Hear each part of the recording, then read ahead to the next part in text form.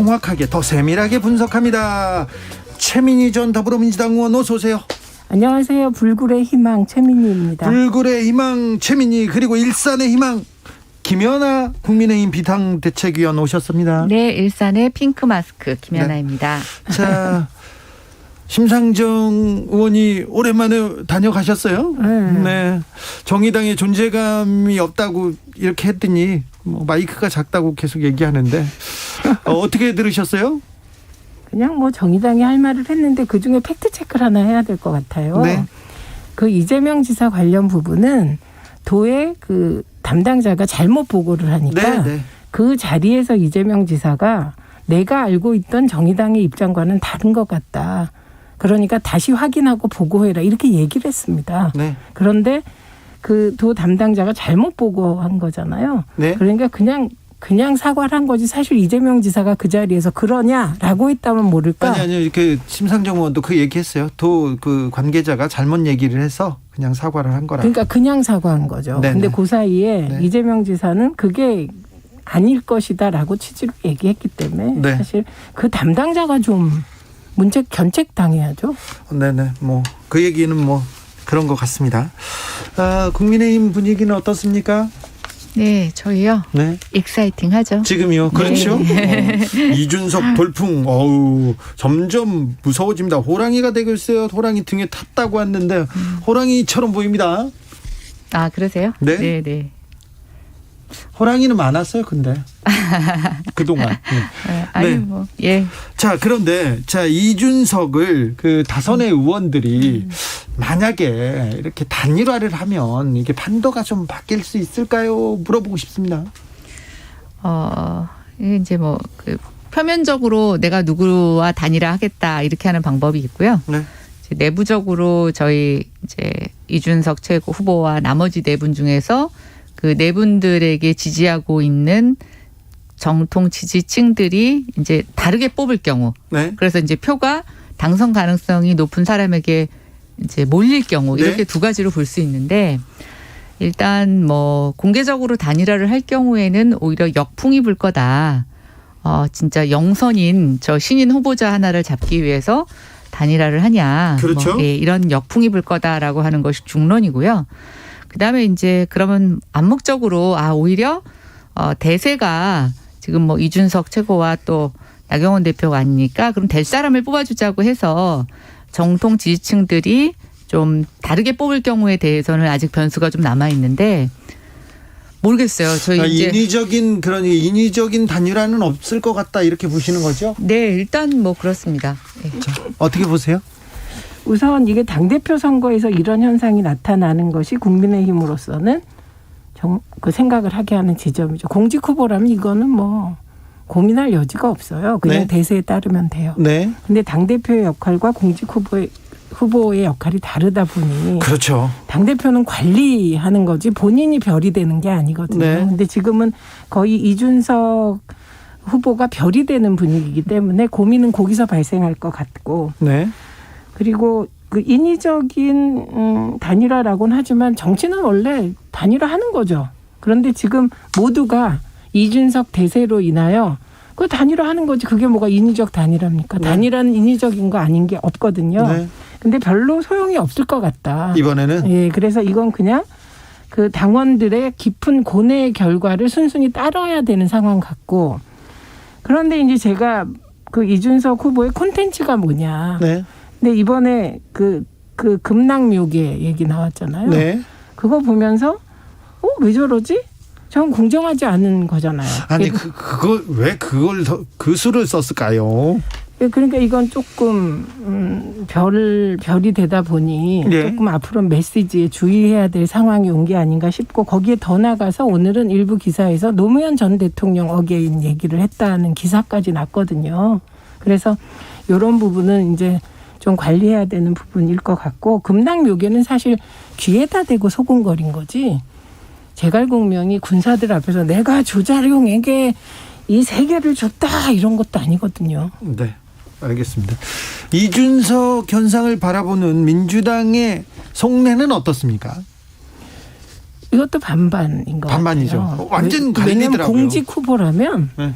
그냥 다들 정말 큰일 났네 할 것 같아요. 근데 당대표이기 때문에 이걸 좀 당황하는 건 다 맞는 것 같아요. 네. 네, 그런데 당대표는 이번 당대표의 목표는 대선 경선 관리를 공정하게 하고 대선을 이기는 당대표고 자락을 깔아주는 당대표잖아요. 서포트하는 사람인데 저렇게 되면 어떻게 되지? 뭐 이 정도. 결국은 순기능과 역기능이 다 있지 않습니까? 네. 윤석열 전 총장이 권성동 의원을 만났어요.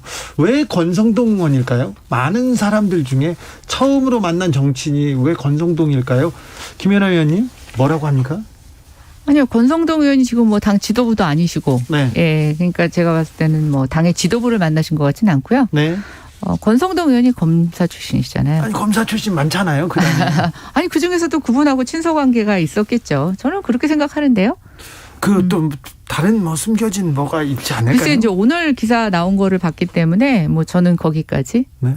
근데 그냥 유유상종 편한 분들이 검사끼리 만난 거니까 네. 뭐 좀 지켜봐야 될 것 같고 그거보다는 강원도는 방역 지침이 낮은가 보죠. 그렇게 마스크 안 쓰고 6명 정도가 사진 찍고 이런 사진을 그냥 올린 거 보고 강원도는 방역 안 하나? 저는 그런 생각이 제일 먼저 들었고요. 아, 그래요? 그리고 어떤 여성의 어깨를 잡고 사진 찍은 게 나왔더라고요. 근데 그건 어깨 잡으면 요새 굉장히 민감한데 하여간 강원도는 모든 것에 좀 치외복권지대구나 이런 생각을 먼저 했습니다. 참 위험한 발언이신 것 같은데. 아, 그래요? 제가 위험한 게 아니고 그 사진을 다시 좀 꼼꼼하게 아니요, 보시면. 저는 사진을 못 봤는데요. 뭐 그게 꼭 강원도라서일까 뭐 이렇고. 아니, 그러니까 글쎄요, 저는 뭐 여기서 별로 아니냐 이렇게 여쭤보는 그 상황에 거예요. 대해서 언급하고 싶지 않은데요. 네. 어쨌든 하여튼 요즘은 정말 말을 조심해야 되는 세상이기 때문에. 네. 네. 아, 그럴까요? 네. 아까 제가 타이레놀 품귀 걱정하는 문자를 소개해드렸는데요. 9333님께서 저는 약사입니다. 타이레놀만 아세트아미노펜이 아닙니다. 언론과 정부가 특정 의약품을 상품명을 제시하는 바람에 이런 품절 사태 벌어진 겁니다. 해열 진통제는 이 상품 뿐만이 아니고 동일 성분 해열 진통제 많습니다 얘기합니다. 이석배 님도 타이레놀이라고 방송에서 말하지 마시고요. 아세트아미노펜이라고 알려주세요. 해열제 성분이 아세트아미노펜입니다. 이거 뭐 동일한 효과를 보니까 이게 백신 접종하고 나서 저 샀어요. 그러셨어요? 그 기사 나서 정말인가? 그래서 실제로 취재도 할 겸 네? 저는 한 3군데 가서 샀거든요. 아, 그래요? 품귀 현상 제로고요. 네. 아직도 취재하고 다니세요? 전 취재해야죠. 네, 네. 아세트아미노펜이 들어있는 같은 기능의 약이 종류가 굉장히 많더라고요. 네. 그래서 단 하나 소염 작용이 없는 것을 쓰면 된다. 이렇게 말씀하시던데요. 김연아 위원님, 이제 백신 그 수급 걱정은 별로 안 들죠? 이제 백신 걱정은? 네, 뭐 당초에 우려했던 것보다 네. 순조롭게 진행이 돼서 저는 뭐 일단 다행이라고 생각하고요. 예. 이제 그 변이 바이러스가 조금 집단적으로 나오는 거에 대해서 좀 저희가 선제적으로 준비할 수 있거나 아니면 앞으로 갑자기 좀 확산이 됐을 때에 대한 대비를 좀 미리미리 하면 어떨까 그런 생각 해봅니다. 알겠습니다. 6시에 저희는 정치적 원의 시점으로 돌아오겠습니다. 그때까지 어디 가시면 안 됩니다.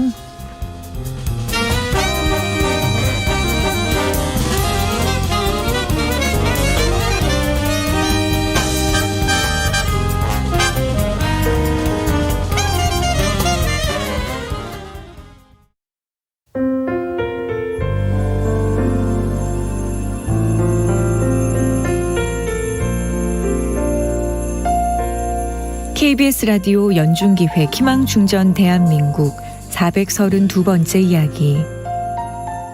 안녕하세요. 아나운서 이연주입니다. 희원이 엄마는 시간을 4년 전으로 되돌리고 싶습니다.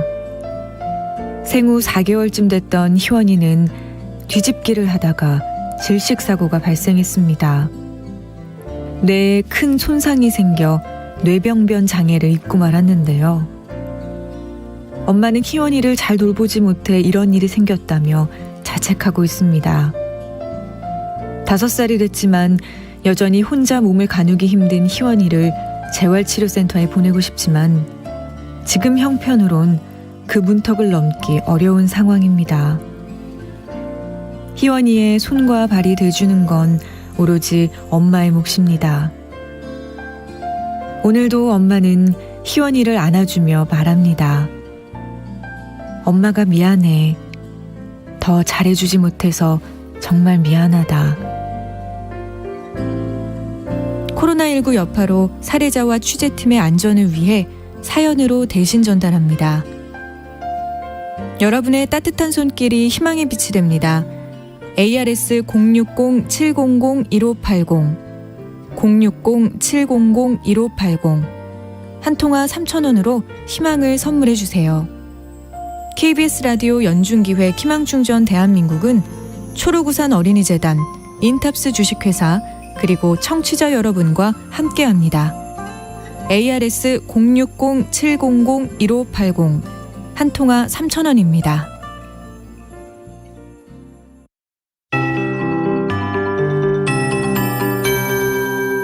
KBS 58분 날씨. 내일부터 기온은 점점 더 오르겠습니다. 이제 더워지겠습니다. 오늘 밤 중부지방은 대체로 구름을 많이 끼겠고 남부지방은 맑겠습니다. 내일은 중부지방 대체로 흐린 날씨를 보이면서 북쪽을 지나는 약한 기압골의 영향을 받습니다. 내일 새벽부터 오전까지 경기 북부와 강원 중북부 지방으로 5mm 미만의 비가 뿌려지겠습니다. 남부지방은 내일은 맑은 뒤에 구름 양만 늘겠습니다. 내일 아침 기온은 서울 18도 등 12도에서 18도의 분포를 보이겠고요. 낮 최고 기온이 서울 25도로 조금 오르고 강릉 26, 대전 전주 29도, 광주 30도에 육박하겠습니다. 전국적으로 21도에서 30도 분포를 보이겠습니다. 오늘 밤부터 내일 아침 사이 지표면이 습한 가운데 밤사이 기온이 떨어지면서 중부와 남부 내륙에 특히 남부 내륙에 안개가 짙겠습니다. 따라서 공항에서는 운항에 차질이 있을 수 있겠습니다. 운항 정보 확인하셔야겠고요. 강원 산지에는 낮은 구름의 영향으로 안개가 짙겠습니다. 가시거리가 200m 미만으로 좁혀질 수도 있겠습니다. 특히 호수나 하천 등에 인접한 도로나 교량에선 주의하셔야겠습니다. 이렇게 낮 기온 오늘부터 점차 올라 전국 대부분 지역에서 모레까지 25도 이상으로 오르는 곳이 많겠고 경상권은 30도까지 오르겠습니다. 지금 서울의 기온은 22.9도입니다. 강혜종입니다.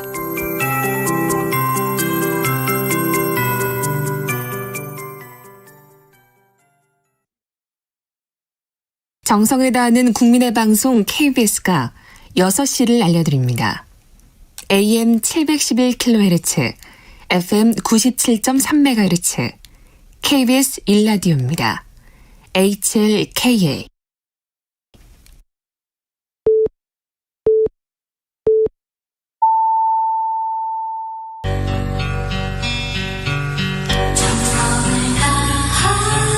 정성을 다하는 국민의 방송 KBS 주진우 라이브. 그냥 그렇다고요. 주진우 라이브 함께하고 계십니다. 라디오 정보센터 다녀오겠습니다. 조진주 씨. 문재인 대통령이 오늘 오후 5시쯤 김호수 검찰총장 임명안을 제거했습니다. 김 총장의 임기 시작일은 내일부터로 이로써 문재인 정부 들어 야당 동의 없이 임명된 장관급 인사는 32명이 됐습니다. 미국이 제공하는 얀센 백신 101만 2,800명분에 대한 사전 예약이 오늘 자정부터 진행됩니다. 예비군과 민방위 대원 등 접종 대상자는 코로나19 예방접종 사전 예약 사이트에서 사전 예약을 할 수 있습니다. 대검찰청이 검찰 조직 개편 방안 의견서를 오늘 법무부에 전달했습니다. 의견서에는 법무부 장관의 권력사건 수사 통제 가능성과 직접 수사 기능 축소에 따른 수사 역량의 약화 우려가 담긴 것으로 알려졌습니다. 국민의힘이 가상자산 거래 관리 방안과 블록체인 기술 육성책 등을 마련하기 위한 가상자산 특별위원회를 발족했습니다. 경제협력개발기구 OECD가 올해 우리나라 경제성장률을 지난 3월보다 0.5%포인트 높인 3.8%로 전망했습니다. 또한 세계 경제성장률 전망치는 3월보다 0.2%포인트 높인 5.8%로 전망했습니다. 지금까지 라디오 정보센터 뉴스였습니다. 정치적 원의 시점 최민희 김연아 최민희 두 분과 함께하고 있습니다. 아스트라제네카에 이어서 화이자, 모더나, 얀센 막 백신이 속속 들어옵니다. 백신 맞으셨나요 혹시? 저는 예약 이미 했습니다. 예약- 곧 맞습니다. 곧 맞아요? 네. 김연아 네, 의원님. 저는 아직 조금 젊은 관계로 네. 아직 대상이 안 되고 있습니다. 빨리 맞고 네. 싶습니다. 주사가 맞고 싶기는 또 처음입니다. 저는 노쇼까지 알아보고 그랬어요. 아, 그러셨어요? 이제 뭐 백신에 대한 우려 좀 잦아들고, 우리 정부가 생각하는 대로, 방역 당국이 생각하는 대로 이렇게 착착 진행되는 것 같습니다. 조선일보도 이제 백신 홍보 전도사로 갑자기 돌변했어요. 예전에는 뭐 백신 맞고 다리 마비, 사망 이런 기사 가장 많이 나왔던 조선일보인데, 우리도 백신 맞읍시다 이런 기사도 냈고요. 60세 이상 백신 1차만 맞아도 감염 예방 효과 90%, 사망 예방 효과는 100% 이런 기사도 썼더라고요. 어찌 보셨나요? 저 깜짝 놀랐어요. 네. 지난 주말에 이게 토론 주제로 올라왔어요. 근데 네. 모든 패널이, 그쪽은 이제 야당 쪽 패널도 있었는데 조선일보 기사가 딱 뜨는 순간 네. 다 그냥 웃더라고요. 웃어요. 네, 그러니까 사회자도 웃으면서 네. 조선일보의 태세 전환이 너무 빨라서 다들 웃으시는군요. 이렇게 얘기를 하고 마무리가 됐는데 네. 이런 태세 전환은 대환영입니다. 네. 다만 그렇다고 백신의 부작용에 대한 기사가 사라지는 것 또한 저는 문제라고 생각합니다. 아, 그래요? 예, 이번 백신은 충분한 임상 실험을 거치지 않았기 때문에 네. 과학적이고 합리적인 근거로 백신 부작용, 면역 반응과 다른 오히려 비판해달라. 예, 설명해주고 네, 설명해주고. 대비책, 예를 들면 어떤 의사는 걱정이 되면 맞기 전날 전해질 액을 맞아라, 수액을 맞아라 이런 제안을 하시더군요. 네. 그래서 이런 정보를 제공하는 건 필요한 역할이라고 생각합니다. 네. 김연아 의원님? 네, 오늘 제가 이 코너에서 좀 당황하고 있는데요. 당초 질문에 없었던 얘기가 이게 이제 막 얘기가 되면서 두 분이 막 주고받거니 하시는데 추가적으로 할 말이 없네요. 그래요? 네. 네. 자, 1521님께서 이준석 바람을 지켜보는 상대 당의 심정을 한마디로 이렇게 하면요. 그 거친 생각과 불안한 눈빛과 그걸 지켜보는 넌, 그건 전쟁 같은 아마 이런 심정 아닐까요? 나이가 아니라 생각이 젊은 겁니다. 더 이상 진보와 보수의 시각으로 볼 수 없습니다. 젊은 사람들은 진보, 보수 이렇게 나누어 보지 않고요. 민주당, 국민의힘 이렇게 나누어 보지 않는 것 같습니다. 그죠?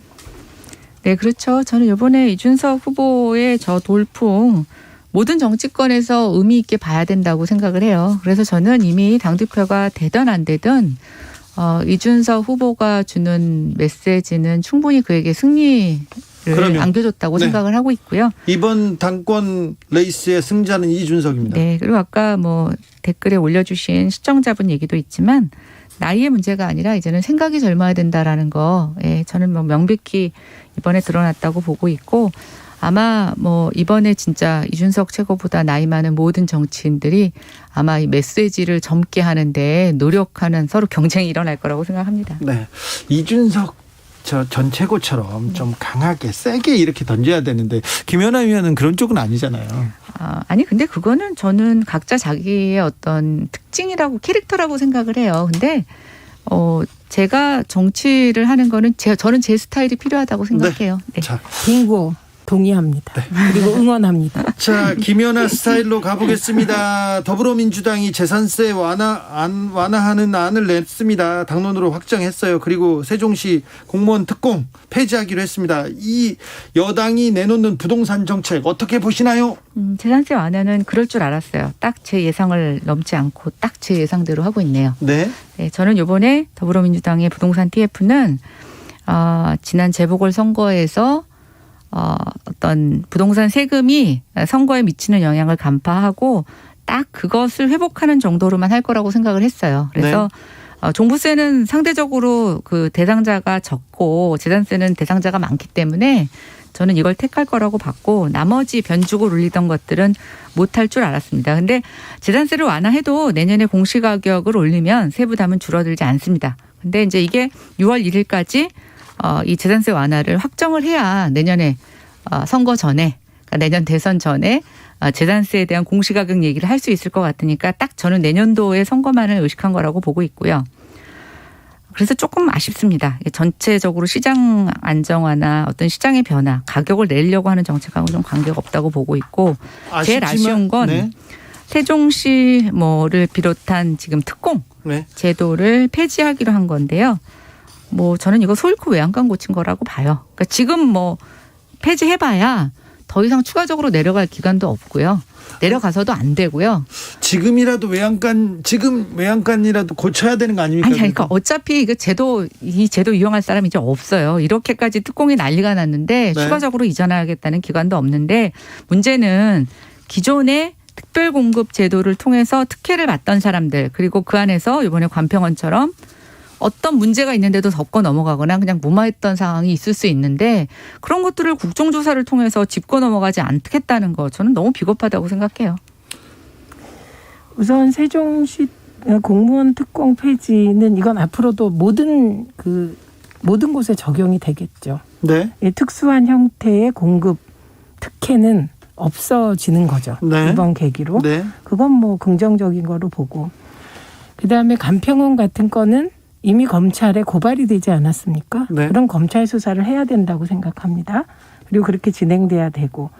그다음에 이 공무원 특공을 가지고 국정조사 하자는 게 저는 취지가 뭔지를 잘 모르겠습니다. 이 이유는 이게 처음에는 수도 이전 문제로 시작됐다가 이게 이명박 정부 때 이게 세종시로 확정됐습니다. 박근혜 의원에 의해서 된 거죠, 이게. 네. 그리고 이게 2012년 박근혜 당선에 큰 역할을 했습니다. 그래서 이 공무원 특공의 계획이 문재인 정부에서 세워지고 실행된 게 아니에요.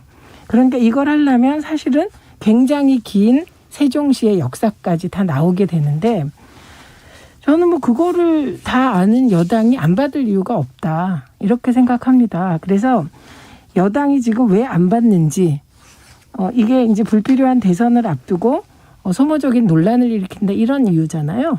그래서 이걸 좀 특정해서 하면 어떨까 싶어요. 네. 예를 들면 정말 비리 행위가 있는 부분을 특정해서 뭐 국정조사 한들 뭐가 문제겠습니까? 이게 그러니까 한 정부의 일이 아니고 네. 여러 정부에 걸친 일이라 결국 이런 걸 하면 이제 이런 제도가 얼마나 섬세하고 엄중하게 설계해야 되는지 그리고 처벌받을 사람들은 검찰의 수사로 처벌받게 하고 뭐 이렇게 결론이 난다면 뭐 못 받을 이유도 없어 보인다.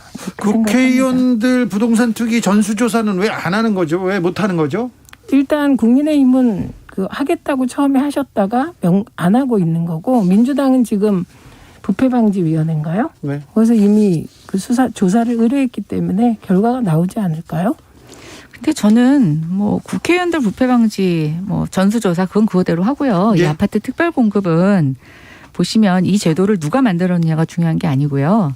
그 당시에도 이전 대상 기간은 명시하도록 돼 있고 그 기간 종사자에 한해서만 특별공급을 허용을 했어요. 근데 이번에 관평원과 또 일부 청주에서 옮겨가는 기관, 대전에서 옮겨갔던 기관, 오송에서 기관이 이전하는데 세종시에 특별공급을 줬던 이런 사례들이 막 지금 드러나면서 도대체 이게 어디서부터 삐그러졌는지 정도는 한 번은 점검을 해야 된다고 생각을 해요. 그게 국정조사 아니 형식이 왜냐하면 안 맞을 수 있다는 거예요. 아니죠. 검찰 수사는 특별공급에 없는데 특별공급을 한 사례는 잡아낼 수 있어요. 그러나 특별공급 대상이기도 한데 대상은 분명한데 그러니까 의사 진행을 하는 과정에서 예를 들어서 저는 이렇게 생각해요. 이번에 다 살펴봐야 되는데요.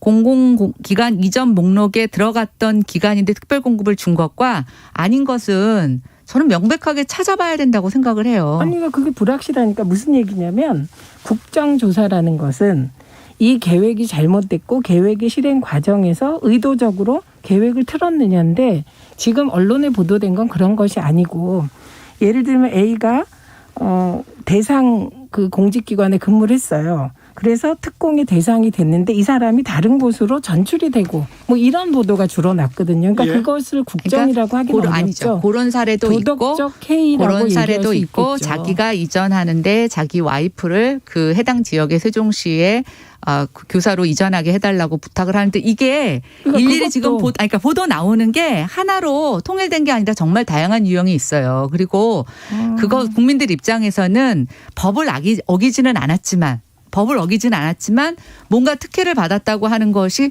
더 분이 나는 거거든요. 아니, 그러니까 그러니까 국정조사라는 것은 예를 들면 국토부 차원에서 그걸 기획했다든지 그런데 이거는 개인들이 크고 작게 아니죠. 기관 아니죠. 이렇게 한 건데 그게 기관이 한 일어났다는 증거가 안 나왔는데 그러니까 그걸 지금 조사해 보자는 거죠. 그러니까 그거는 국정조사의 그리고 기본 개인들이 취지하고 그런 안 식으로 맞죠. 했다면 그거를 개인들이 그렇게 하는 동안 기관들은 그거를 거르지 못하고 뭐 했나요? 자, 그건 직무 특별 유기를 공급이라는 게 못했다는 아니 건데. 그러니까 특별 공급이라는 게 개인이 할 수 있는 게 아니라 기관에서 다 배정해서 하는 건데요. 아니 그 신청해서 네. 그 절차를 따르는 거거든요.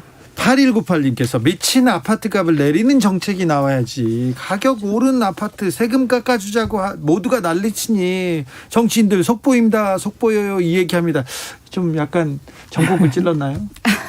그러니까 지금 제가 말씀드렸잖아요. 일부 인심을 부동산 가격 폭등과 세금 강화로 인해서 성남 민심을 달래는 정도의 저는 세금 정치였다.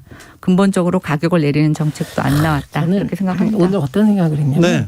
파격적인 공급 대책. 예. 예를 들면 아이를 낳잖아요. 저는 뭐 신혼부부보다 기준이 아이였으면 좋겠어요. 네. 아이를 낳으면 최소한 아이가 이렇게 정상 어느 정도 크는 한 초등학교 들어가기 전 만 6년 동안 그냥 이거는 거의 무료로 살 수 있는 네. 그런 집을 제공한다든지 이거를 여야가 합의해서 좀 실행했으면 좋겠어요. 근데 국민의힘 부동산 정책을 보면 세금 깎아주는 정책이 많잖아요. 부자들을 좀 약간 배려하는 정책 많지 않습니까? 부동산 정책에서.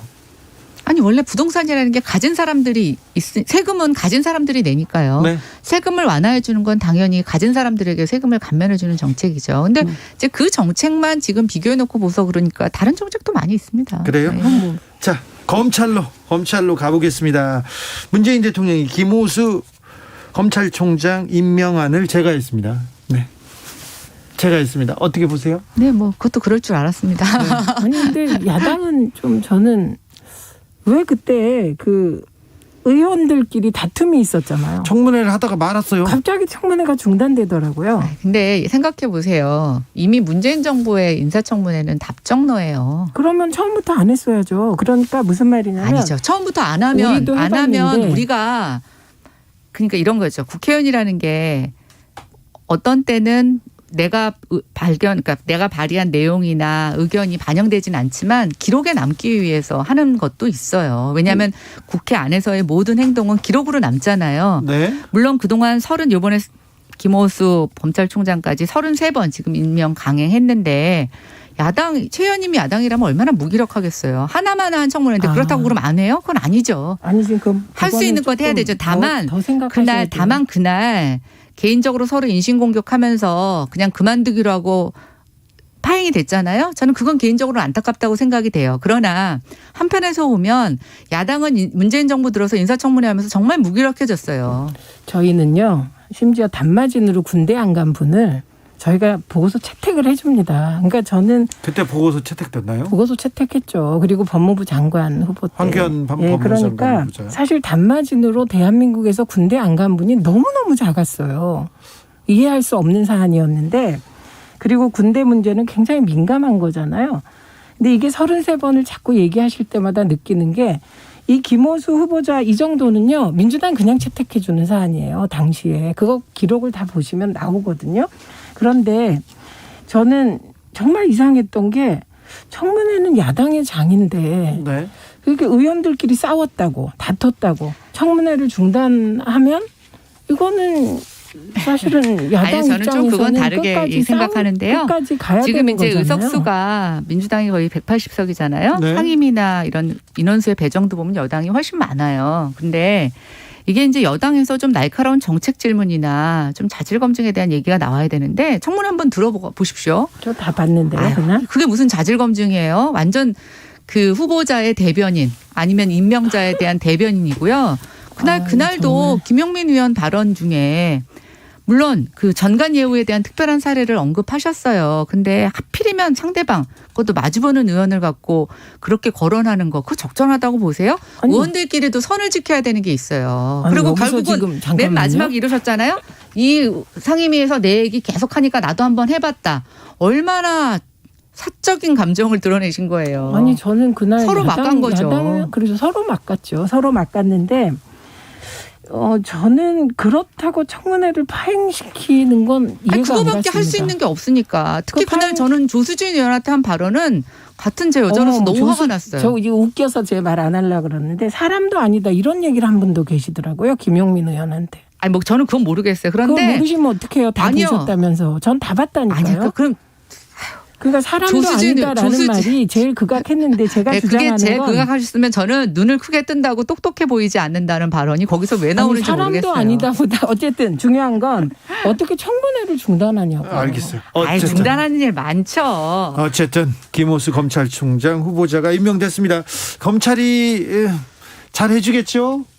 잘 해주셔야죠. 어떡하겠어요. 대한민국을 위해서. 네. 제발 검찰 조직과 대통령만 생각하지 마시고 저는 김호수 대한민국 국민을 생각해 주시기 바랍니다. 김호수 내정자 정도를 만약에 못하면 어떤 정부도 검찰총장 임명 못할 거라고 생각합니다. 김호수 검찰총장은 문재인 정부 들어서 법무부 차관을 했는데 이명박 박근혜 정부에서도 그때도 굉장히 요직을 이렇게 거치면서 손가락 뭐라고요? 정치적이다 이렇게 그때는 또 네, 근데 야당한테. 저는 문재인 정부가 아주 극찬한 후보자들 치고 나중에 마음에 안 들면 어떻게 내리 깎는지 다 봤기 아니 때문에. 김호수 내정자를 극찬한 얘기 아니요. 윤석열 총장, 감사원장부터 시작해서 아이고, 극찬한 그러면 사람들한테. 윤석열 총장을 그렇게 흔들던 후보 시절에 이 태세 전환은 뭡니까? 그러니까 이런 얘기는 서로 부끄러운 얘기 같습니다. 이런 얘기는 밖에 나가서 할게요. 네. 우리 그럴까요? 정치적원의 시점 지금까지 김연아, 최민희, 김연아 두 분 감사합니다. 네, 고맙습니다. 감사합니다. 정치 피로, 사건 사고로